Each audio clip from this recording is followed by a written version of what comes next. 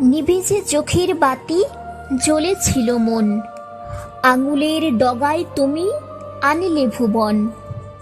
অন্ধকারের বুকে লিখলে জয়ের গান। লুই ব্রেল, তোমাকে জানাই শত শত সম্মান। নমস্কার, সোনার বাংলা পরিবারের পক্ষ থেকে আপনাদের সবাইকে জানাই সাদর আমন্ত্রণ। আজ আমরা আপনাদের জন্য নিয়ে এসেছি এক বিশেষ নিবেদন। ইতিহাসের পাতা থেকে উঠে আসা এক অদম্য লড়াইয়ের কাহিনী। যে মানুষটি নিজের চোখের বিনিময়ে পৃথিবীকে দিয়েছিলেন নতুন দৃষ্টি। ফরাসি মনীষী লুই ব্রেলের জীবন অবলম্বনে আমাদের আজকের শ্রুতি নাটক আধারের জাদুকর। চলুন কান পেতে শোনা যাক সেই অন্ধকারের বুক চিরে আলো ফোটানোর গল্প।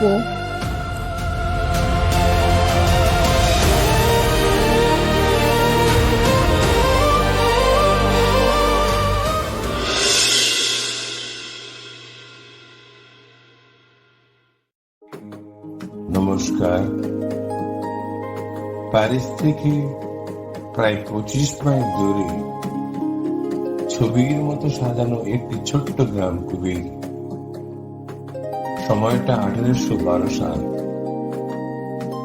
গল্পতে শুরুতেই আমরা চলে যাব ওই গ্রামের এক প্রান্তে, যেখানে রয়েছে সাইমন ব্রেলের বাড়ি এবং তার লাগোয়া চামড়ার কর্মশালা।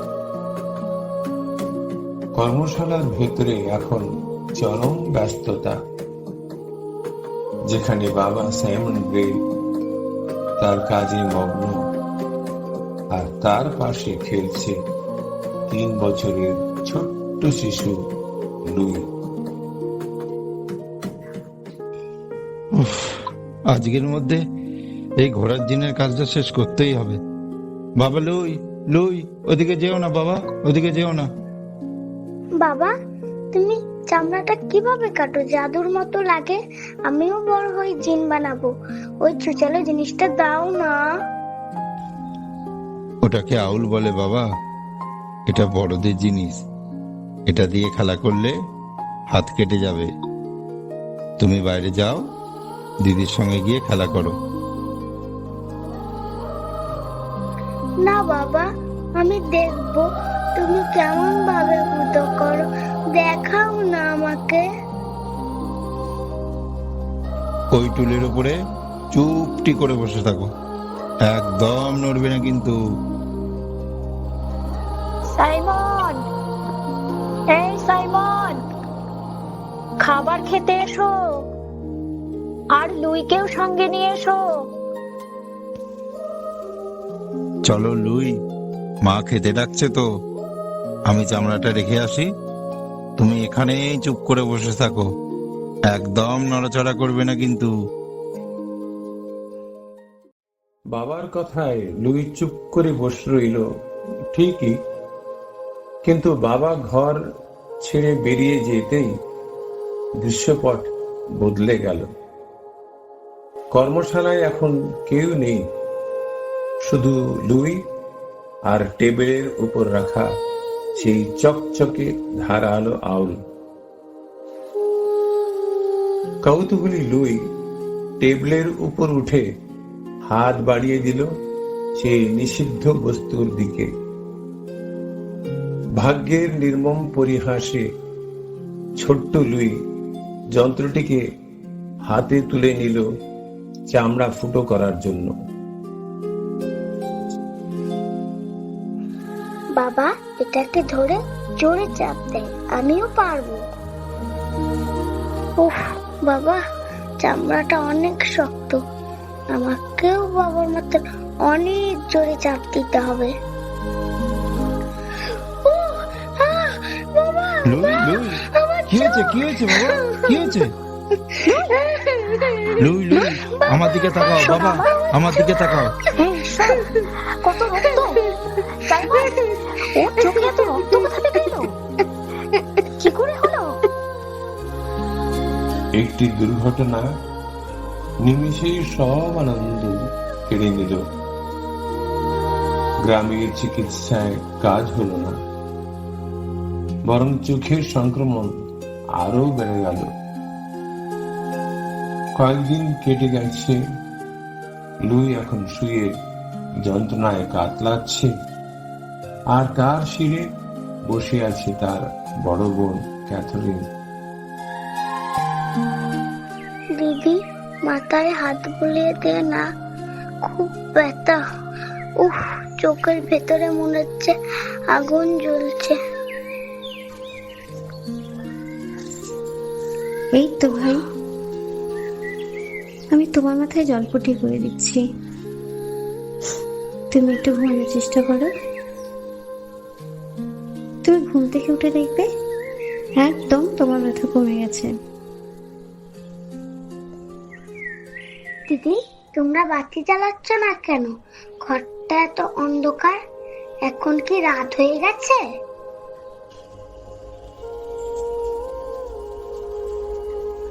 হ্যাঁ ভাই, এখন রাত হয়ে গেছে, তুমি ঘুমাও। হ্যাঁ, কিন্তু যে আমি পাখির ডাক শুনতে পাচ্ছি, রাতে কি পাখি ডাকে?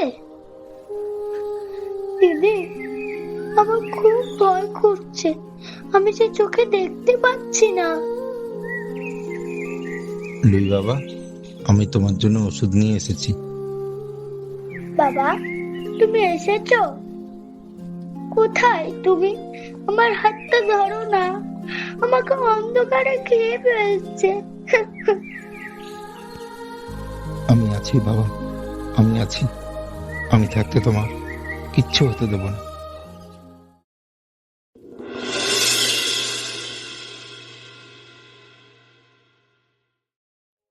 সেই যন্ত্রণাদায়ক রাতগুলো পেরিয়ে সময়ের চাকা ঘুরতে ঘুরতে পার হয়ে গেল 2 বছর। এখন 1814 সাল। লুইয়ের বয়স এখন 5।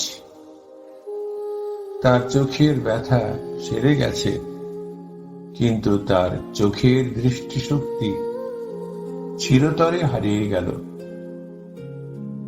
সকালবেলায় বাড়ির বারান্দায় রোদ পোহাতে বসেছে ছোট্ট দৃষ্টিহীন লুই। বাবা সাইমন ব্রেল ধীর পায়ে এসে বসলেন তার পাশে। বাবা, আজকে কি রোদ উঠেছে? আমার গা গরম লাগছে। হ্যাঁ বাবা, রোদ উঠেছে, আর আজ না আকাশটা পুরো নীল। নীল? নীল রং কেমন বাবা? আমি তো ভুলেই গেছি। ডাক্তার কাকু বলেছিল যে ওষুধ খেলেই ঠিক হয়ে যাবে, কিন্তু আমি সব ওষুধ খেয়েছি, কিন্তু আমার চোখে আলো আসছে না। বাবা, তুই আর কোনোদিনই দেখতে পাবি না। আমার ভুলের জন্য তোর আজ দৃষ্টি চলে গেছে। ওই আউলটা দৃষ্টি কেড়ে নিয়েছে রে তোর, তুই আর কোনোদিনই দেখতে পাবি না। তুই আমায় ক্ষমা করে দে বাবা, ক্ষমা করে দে। তুমি কেঁদো না বাবা, তুমি কাঁদলে আমি সব বুঝতে পারি। তোমার আমি চোখের জল নিজেকে মাফ আমার করতে হাতে পারছি পড়ে। না বাবা, নিজেকে মাফ করতে আমি পারছি চোখ দিয়ে না। দেখতে পাই না ঠিকই, কিন্তু হাত দিয়ে তো তোমাকে ছুতে পারছি, কান দিয়ে পাখির ডাক শুনতে পাচ্ছি, নাক দিয়ে ফুলের গন্ধ পাচ্ছি। বাবা, আমার ভয় কেটে গেছে, আমি এখন ঠিক থাকবো। মাত্র 5 বছরের শিশু লুই বাবাকে যে সান্ত্বনা দিয়ে, যে সাহসের পরিচয় দিয়েছিল, তাই তাকে ভবিষ্যতে অন্ধকার জয়ের শক্তি যোগাবে। এরপর কেটে গেল 7টি বছর। সময়টা এখন 1819 সাল। লুইয়ের বয়স এখন 10। কুবির গ্রামের সেই ছোট্ট চঞ্চল ছেলেটি এখন শান্ত। গ্রামের স্কুলে লুই তার মেধার পরিচয় দিয়েছে, কিন্তু পড়ার জন্য তার কাছে কোনো বই নেই। অবশেষে প্যারিসের royal institute for blind youth থেকে লুইয়ের আজ ডাক এসেছে। আজ লুইয়ের গ্রাম ছেড়ে চলে যাবার দিন। আসুন আমরা সরাসরি চলে যাই লুইয়ের বাড়িতে।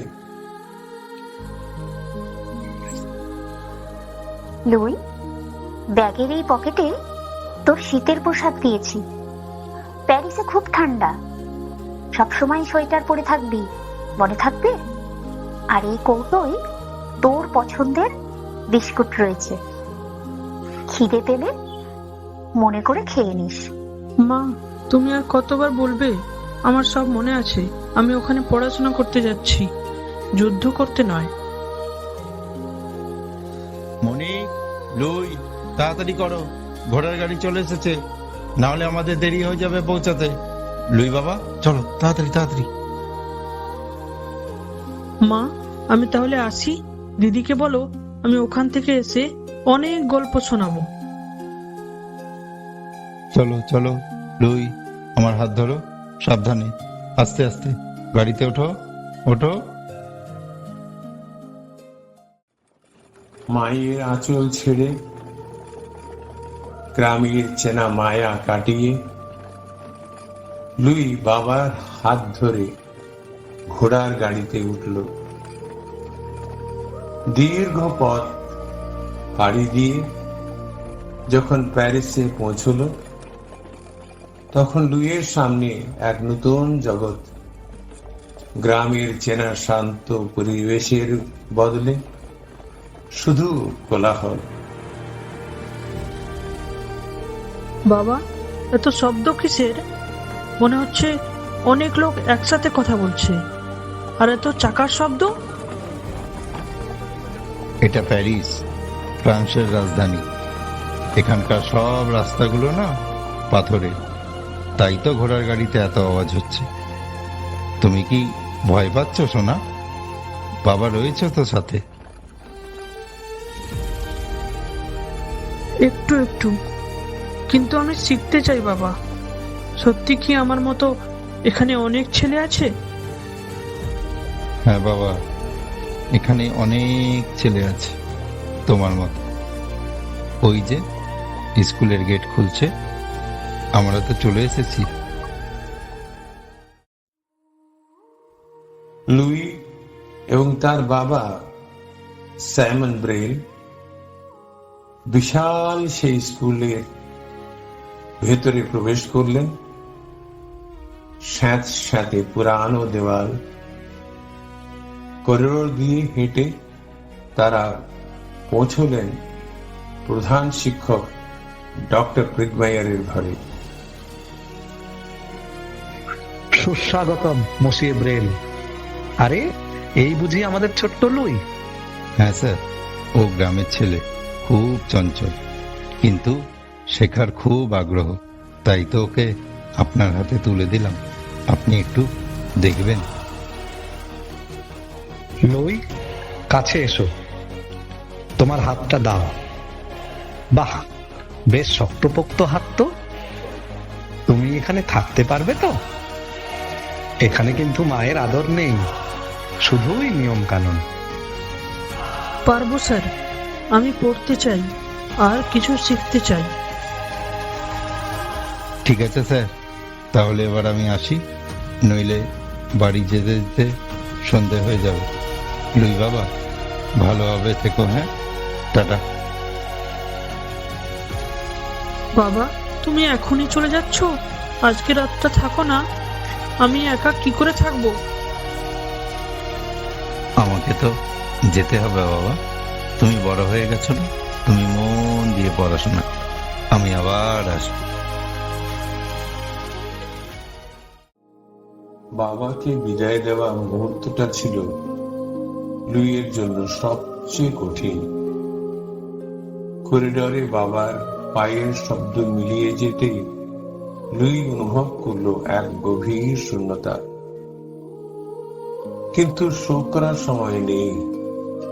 স্কুলের একজন ছাত্র গ্যাব্রিয়েল লুইকে নিয়ে চলে গেল তাদের থাকার ঘরে।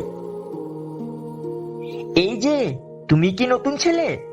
কে কে কথা বলছো? আমি গাব্রিয়েল। তুমি ভয় পেও না, এসো আমার পাশে এসে বসো। আমিও চোখে দেখতে পাই না। হ্যালো গ্যাব্রিয়েল, এখানকার ঘরগুলো কেমন যেন ঠান্ডা, তাই না? হ্যাঁ, পুরনো দালান তো, তার মধ্যে রৌদ্র ঢুকে না। আস্তে আস্তে সব ঠিক হয়ে যাবে। আচ্ছা লুই, তুমি কি বই পড়তে চাও? বই? আমাদের পড়ার বই আছে? কই দাও, আমি পড়তে চাই। এ নাও, সাবধানে ধরো, অনেক ভারী কিন্তু। এটা বই? এত ভারী? আর অক্ষরগুলো এত উঁচু উঁচু, এত বড়? হ্যাঁ, এটা এমস লেটার। এটা হাত বুলিয়ে দেখো। ভ্যালেন্টেড হাওয়ে এই পদ্ধতি বানিয়েছেন। এটা এ আর এটা বি। উফ, হাত তো ব্যথা হয়ে যাচ্ছে গ্যাব্রিয়েল। জানি, এক পাতা পড়তে পড়তে তুমি ভুলেই যাবে যে পরের পাতায় কি ছিল। কিন্তু অন্ধদের জীবনে এর চেয়ে ভালো আর কি আছে বলো?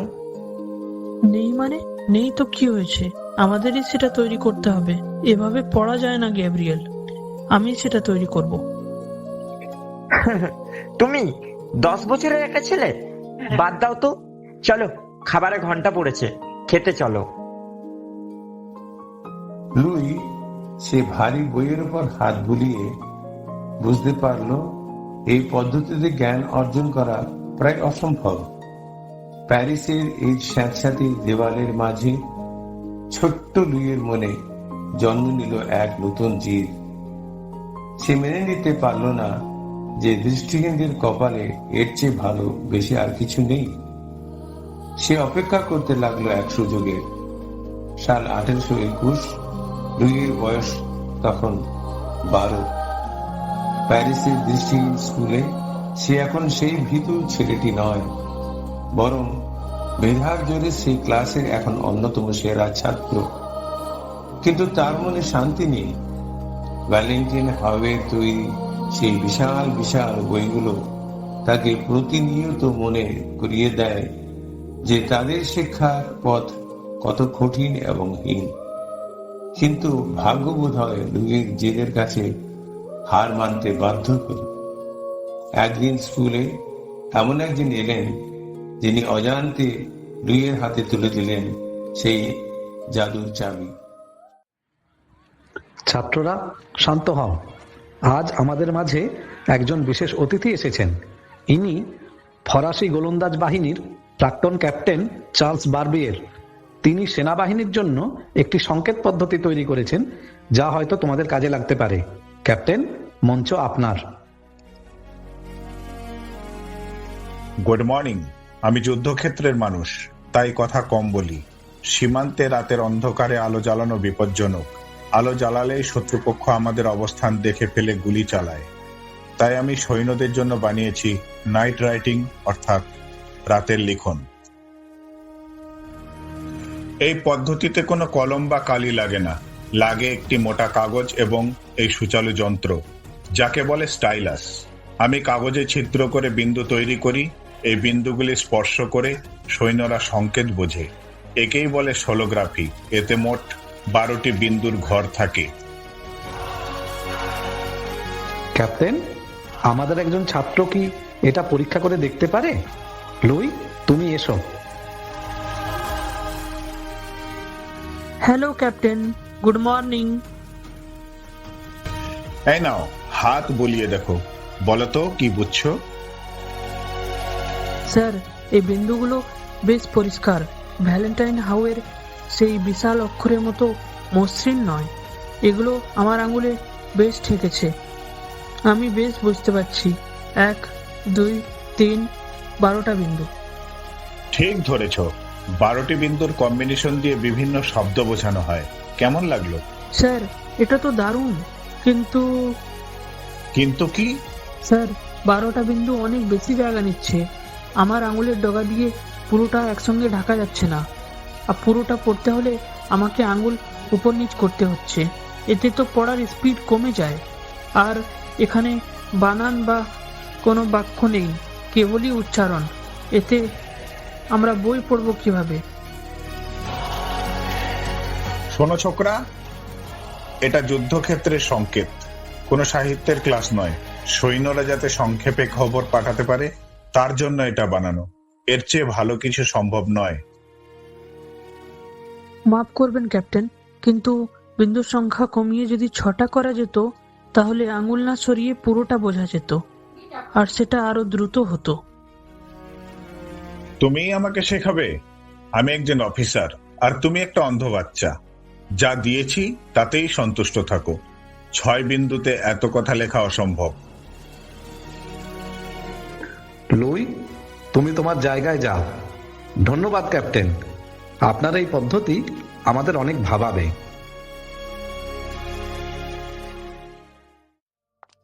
ক্যাপ্টেন চার্লস বর্গিও রাগে গজগজ করতে করতে হল থেকে বেরিয়ে চলে গেলেন।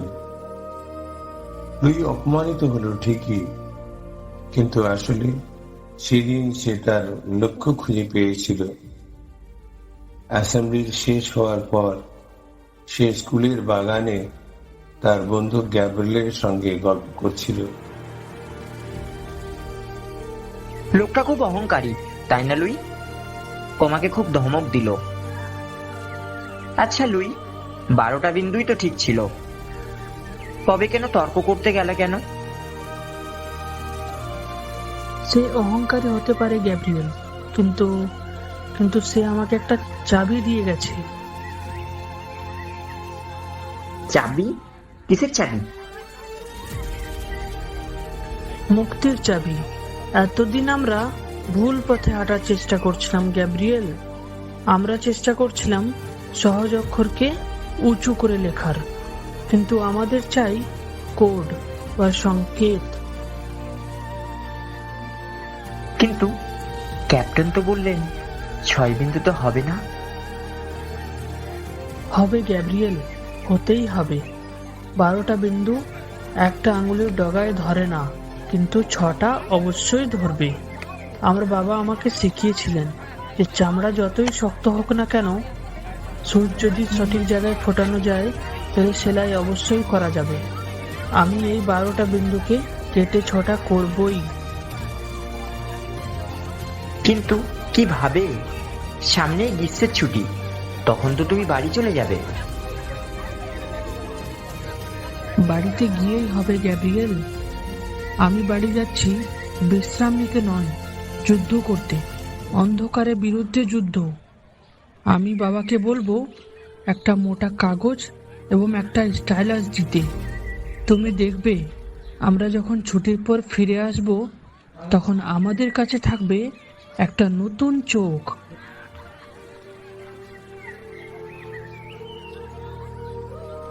একজন অভিজ্ঞ ক্যাপ্টেনের অহংকার আর একজন কিশোরের জিদ, এই দুই সংঘাত জন্ম নিতে যাচ্ছিল ইতিহাসের এক অন্যতম আবিষ্কার। লুই তার অস্ত্র পেয়েছে, কাগজ আর স্টাইলাস। এবার শুরু হবে তার একার লড়াই।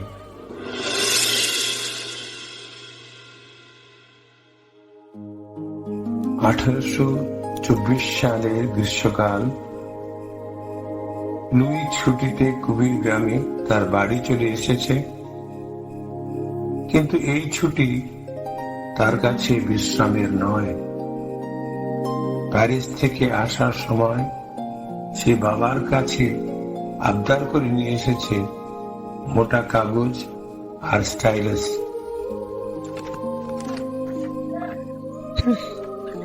হচ্ছে না, কিছুতেই হচ্ছে না। 12টা বিন্দু মনে রাখা খুব কঠিন, আবার ফোনেটিক্স দিয়েও তো সব অক্ষর লেখা সম্ভব নয়। এই লিখতে হলে আলাদা চিহ্ন লাগবে। 12টা বিন্দু কেটে ছোট করতে হবে, কিন্তু কিভাবে? আরে লুই, তুমি এখনো জেগে আছো? রাত 2টো বাজে, কখন ঘুমাবে তুমি? দিদি, তুমি এখনো ঘুমাওনি? তোর এই খটখট শব্দে কি ঘুমানো যায়? কি করছিস কি তুই এতক্ষণ ধরে? তোর শরীর কিন্তু ভালো নেই লুই। কাল সারা দিন তুই কাশছিলি। দিদি, আমি খুব কাছে চলে এসেছি। আমার মনে হচ্ছে আমি আমার উত্তর পেয়ে গেছি, কিন্তু মেলাতে পারছি না। বারবিয়ারের পদ্ধতিতে একটু ভুল আছে। ভালো ছেলে, কাল করিস। যাও, এখন ঘুমিয়ে পড়ে যাও। এ কি, তোমার গাটা তো বেশ গরম। লুই, আমি জল দিচ্ছি, যাও ওষুধ খেয়ে ঘুমিয়ে পড়ে যাও। দিদি, আমাকে আমার স্টাইলাসটা দাও তো। কি, আবার স্টাইলাস? ওটা দেখলে আমার খুব ভয় লাগে লুই। উঠে দিয়ে তোমার চোখ। ভয় পেও না দিদি, যেটা আমার আলো কেড়ে নিয়েছে সেটাই আবার আমাকে আলো ফিরিয়ে দেবে। তুমি যাও, আমি একটু পরেই শুতে যাব।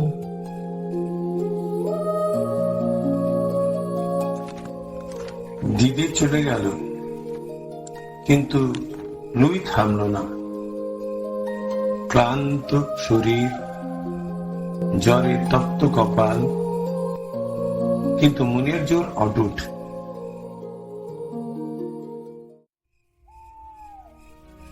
আচ্ছা, 12টা বিন্দুর দরকার নেই।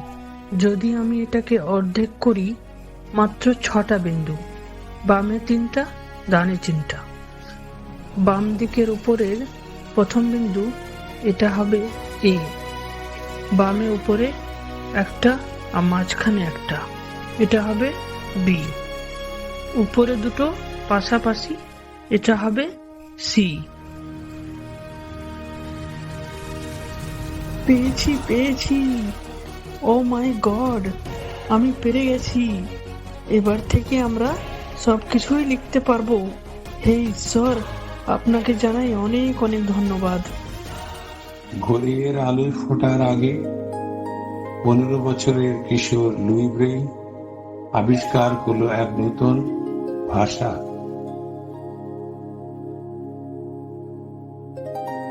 যে ভাষা বিশ্বের সব দৃষ্টিহীন মানুষের ভাগ্য পাল্টে দেবে। পরদিন লুই ছুটল বাবার কর্মশালায়, তার হাতে সেই জাদুর কাগজ। বাবা, বাবা, বাবা। কি হলো লুই, এত জোরে দৌড়াচ্ছ কেন? পড়ে যাবে তো বাবা। বাবা, তুমি থামো, আমার কথা শোনো। আমাকে একটা কাগজ দাও, তুমি কিছু একটা বলো, আমি লিখবো। তুমি লিখবে? কিভাবে?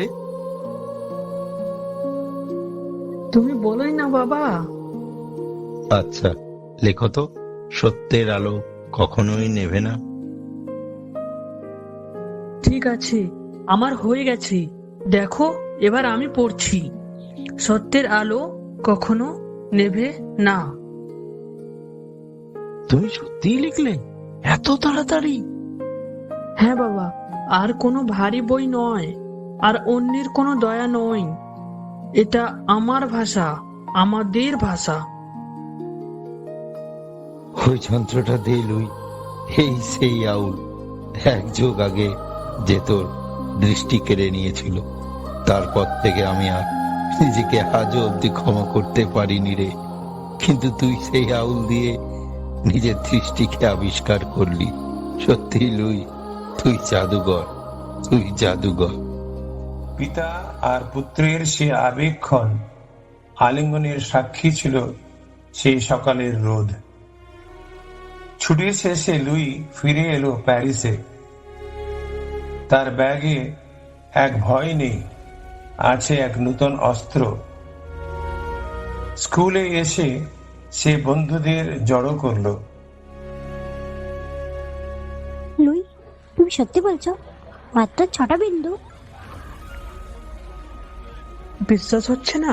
এই নাও, এখানে আমি তোমার নাম লিখেছি, হাত দাও। এটা এ, এটা এম, এটা জি, ই, আর এটা এল, অ্যাঞ্জেল।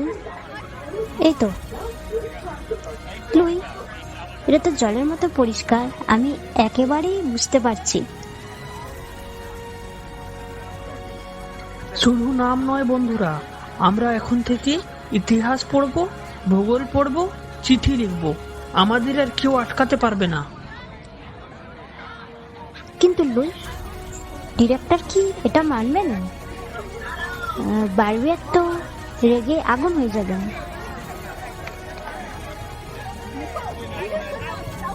কে মানলো আর কে মানলো না তাতে কিছু এসে যায় না। আমরা আলো পেয়ে গেছি, এই আলো আমরা কিছুতেই নিভতে দেব না। 15 বছরের এক কিশোর এক গ্রীষ্মের ছুটিতে বদলে দিল পৃথিবীর ইতিহাস। জন্ম হলো ব্রেল পদ্ধতি। বন্ধুরা তাকে বুকে জড়িয়ে ধরল, কিন্তু লুই জানতো না আবিষ্কার করলেই যুদ্ধ শেষ হয় না। সামনেই অপেক্ষা করছে এক বিশাল ঝড়। সমাজ কি মেনে নেবে দৃষ্টিহীনদের এই স্বাধীনতা? 1840 সাল। লুই এখন ছাত্র নয়, সে এখন স্কুলের এক সম্মানিত শিক্ষক। তার তৈরি 6 বিন্দুর পদ্ধতি ছাত্ররা এখন লুফে নিয়েছে। তারা এখন ভূগোল, ইতিহাস, জিওমেট্রি শেখে ব্রেল পদ্ধতিতে।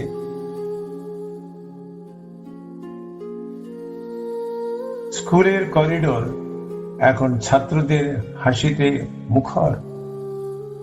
কিন্তু সুখের দিন বেশি দিন স্থায়ী হলো না।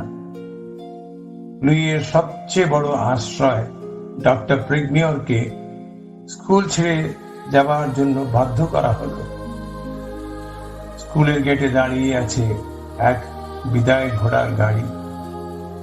এক বিশাল ক্ষণ বিকেলে লুই তার গুরুকে বিদায় জানাতে এসেছে।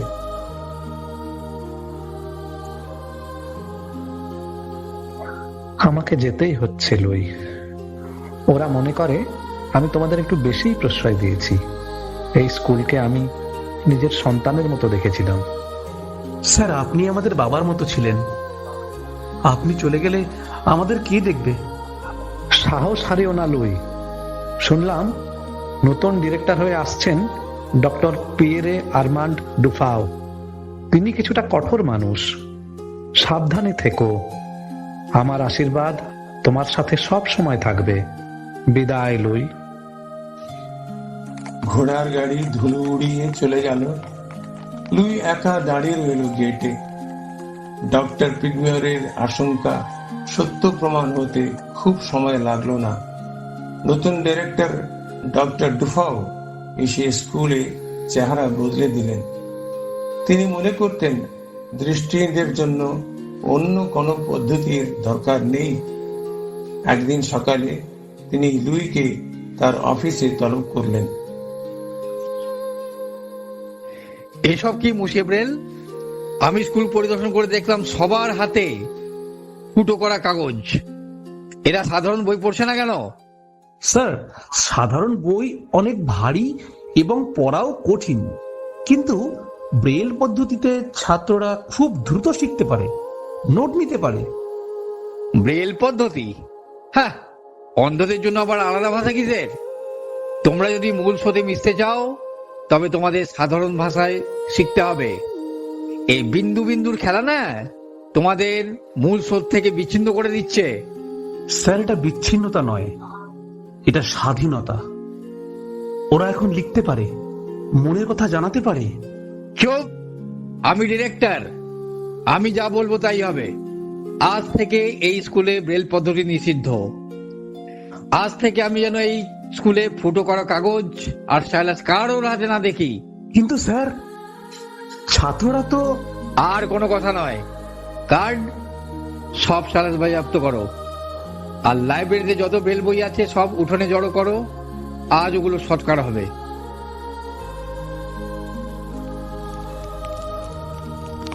নোটবুক, ওটা আমার নোটবুক স্যার। আমি অনেক কষ্ট করে সারা বছর ধরে ইতিহাস লিখেছি স্যার। আপনি দয়া করে ওটাকে পড়াবেন না স্যার, আপনার দুটো পায়ে পড়ি প্লিজ স্যার, প্লিজ আপনি দয়া করে ওটাকে পড়াবেন না। উড়ে ছাই হয়ে যাক ওই গোপন সংকেত। আজ থেকে আবার তোমরা পুরনো বই পড়বে, এটাই নিয়ম।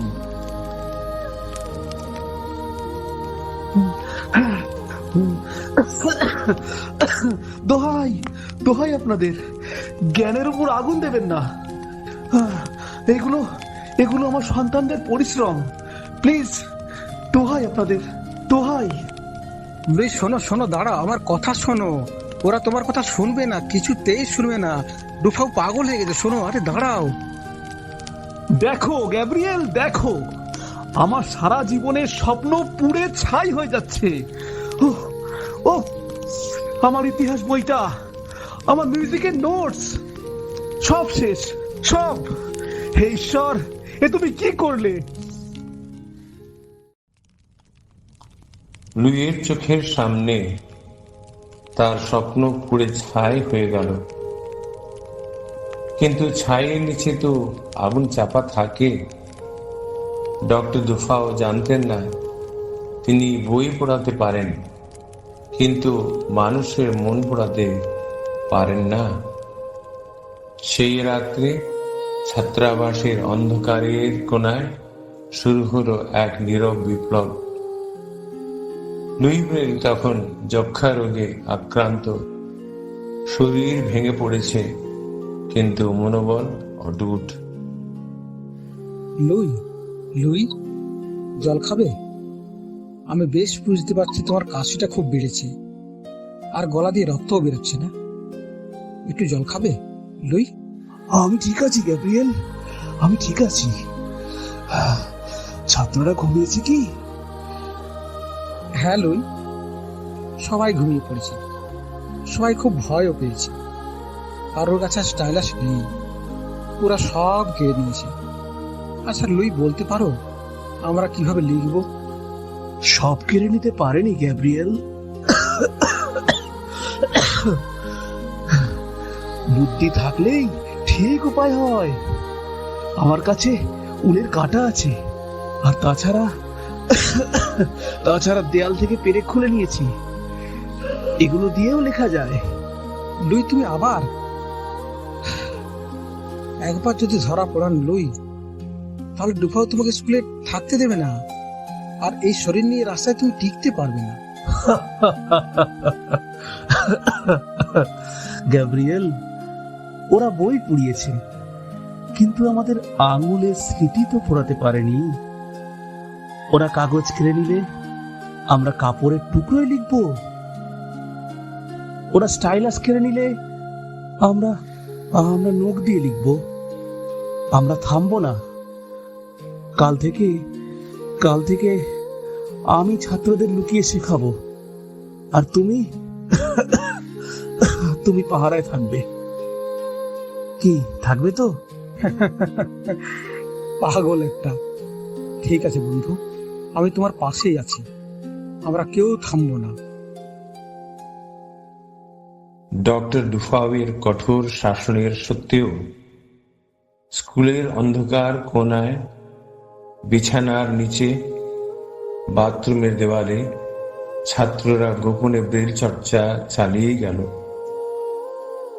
একেই বলা হয় ইতিহাসের এক অন্যতম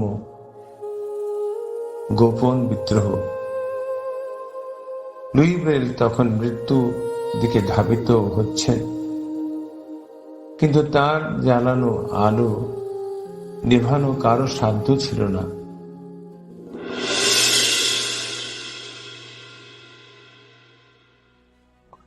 সময়টা 1844 সাল। প্যারিসে দৃষ্টিহীনদের বিশাল নতুন ভবন উদ্বোধন হচ্ছে। চারিদিকে সাজে সাজে রব, মন্ত্রী, আমলা আর গণ্যমান্য ব্যক্তিরা সবাই উপস্থিত। কিন্তু যার জন্য দৃষ্টিহীনরা মাথা তুলে দাঁড়াতে শিখেছে, সেই মানুষ লুই ব্রেল আজ অনুপস্থিত। যক্ষা রোগ তাকে এতই দুর্বল করে দিয়েছে বিছানা ছেড়ে ওঠার শক্তি তার এখন নেই। তবে তিনি শরীরে উপস্থিত না থাকলেও তার আত্মা উপস্থিত ছিল সেই মঞ্চে। ভদ্র মহোদয়গণ, আজ আমরা এই নতুন ভবনের উদ্বোধন করছি। ফ্রান্স সরকার দৃষ্টিহীন মানুষদের শিক্ষার জন্য প্রতিশ্রুতিবদ্ধ। আমরা দেখতে চাই এই স্কুলের ছাত্ররা কি শিখেছে। ডিরেক্টর ড্রুফাও, আপনি আপনাদের ছাত্রদের ডাকুন। অবশ্যই মহামান্য মন্ত্রী। এসো নাকি, তুমি সবাই কিছু বলে শোনাও। আমি একটি বই দিচ্ছি, তুমি এখান থেকে পড়ো। স্যার, আমি কি আমার আঙুল ব্যবহার করতে পারি? অবশ্যই, কিন্তু আলো তো কম, তুমি দেখবে কি করে? আমার চোখের দরকার নেই স্যার, আমার হাতে জাদু আছে। আপনারা যা বলবেন আমি সেটা লিখে নেব এবং আপনাদের পড়ে শোনাতে পারবো। বেশ, লেখো। অন্ধকার মানুষের দৃষ্টি কাটতে পারে, কিন্তু আত্মাকে বন্দী করতে পারে না। আমার লেখা শেষ স্যার, এবার আমি আপনাদের পড়ে শোনাচ্ছি। অন্ধকার মানুষের দৃষ্টি কেড়ে নিতে পারে, কিন্তু আত্মা কখনো বন্দী হতে পারে না। বাহ, এত তাড়াতাড়ি তুমি কি করে লিখলে? কিন্তু এটা কি পদ্ধতি? আমি তো কোনো অক্ষর দেখতে পাচ্ছি না। এ তো দেখছি কিছু বিন্দুর ছাপ। এটাই ব্রেল পদ্ধতি স্যার। আমাদের শিক্ষক লুই ব্রেল এটা বানিয়েছেন। এই পদ্ধতিতেই আমরা লেখাপড়া শিখি। ব্রেল? Louis Braille? বাহ, এই পদ্ধতি তো বেশ জাদুকরী। মহামান্য মন্ত্রী, আমি স্বীকার করছি আমি ভুল ছিলাম। এতদিন এই পদ্ধতিকে আমি অবজ্ঞা করেছি, কিন্তু আজ মানতে বাধ্য হচ্ছি এই পদ্ধতিই ওদের ভবিষ্যৎ। আমি লুইকে চিনতে ভুল করেছিলাম।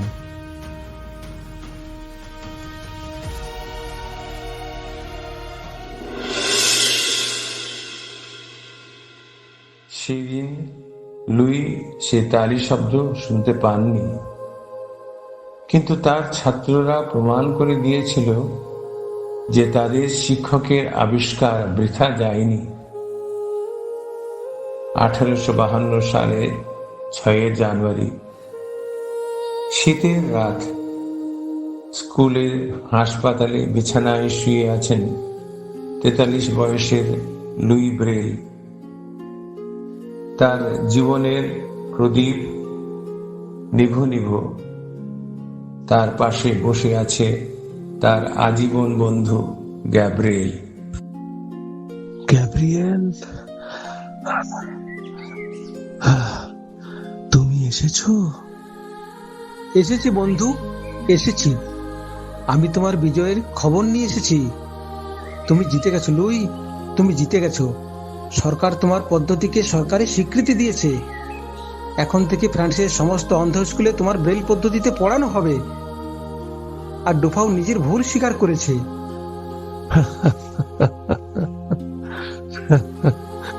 জেতা বা হারার কথা নয় গ্যাব্রিয়েল,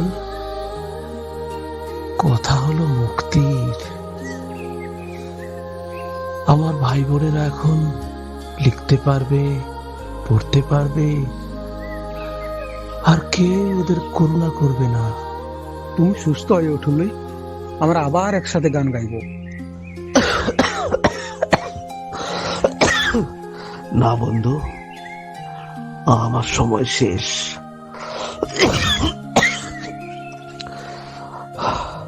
আমার বাক্সটা, ওটা আমার গ্রামের বাড়িতে পাঠিয়ে দিও। আর শোনো, বলো লুই, বলো বলো। কেঁদো না, কেঁদো না গ্যাব্রিয়েল। আমি তো শুধু একটা জানালা খুলে দিয়েছি। আকাশ দেখার দায়িত্ব তোমাদের।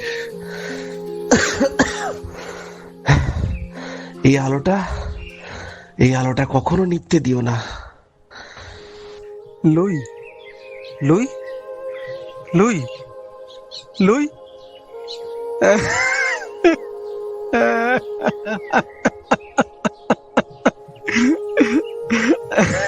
না না এই হতে পারে না, এই হতে পারে না। লুই লুই তুমি কথা বলো লুই, তুমি এইভাবে চলে যেতে পারো না লুই। কি গেল? না লুই, না লুই তুমি যেও না লুই, এটা হতে পারে না। না না না লুই, কথা বলো লুই, কথা বলো।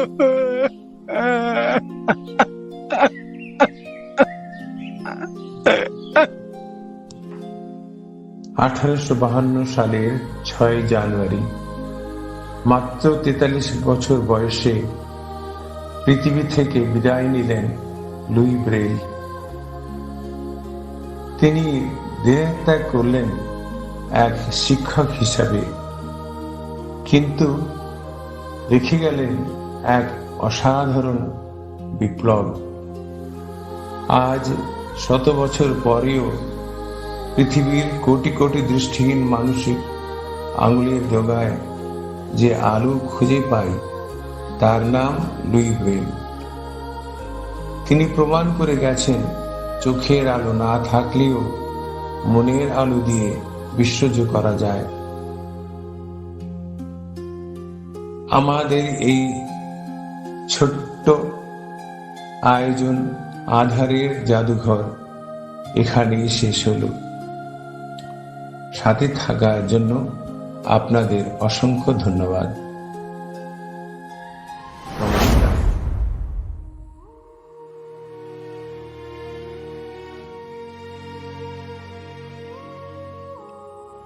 এতক্ষণ আপনারা শুনছিলেন শ্রুতি নাটক আধারের জাদুঘর।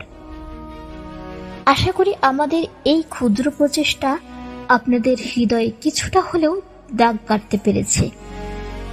এবার পালা তাদের চিনে নেওয়ার, যাদের কণ্ঠের জাদুতে চরিত্রগুলি জীবন্ত হয়ে উঠেছে। গল্প পাঠে সুব্রমণিয়াম হরিহরন।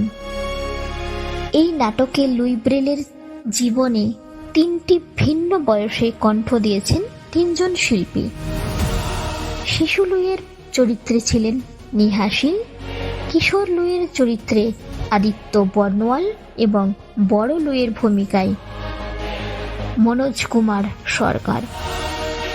লুইয়ের পরিবারের সদস্য হিসেবে ছিলেন বাবা সাইমন ব্রেলের ভূমিকায় পার্থরাজ মাহান্তি, মা মনিক ব্রেলের ভূমিকায় ছিলেন রোমা শীল এবং বড় বোন ক্যাথরিনের ভূমিকায় ছিলেন মানু পাসওয়ান।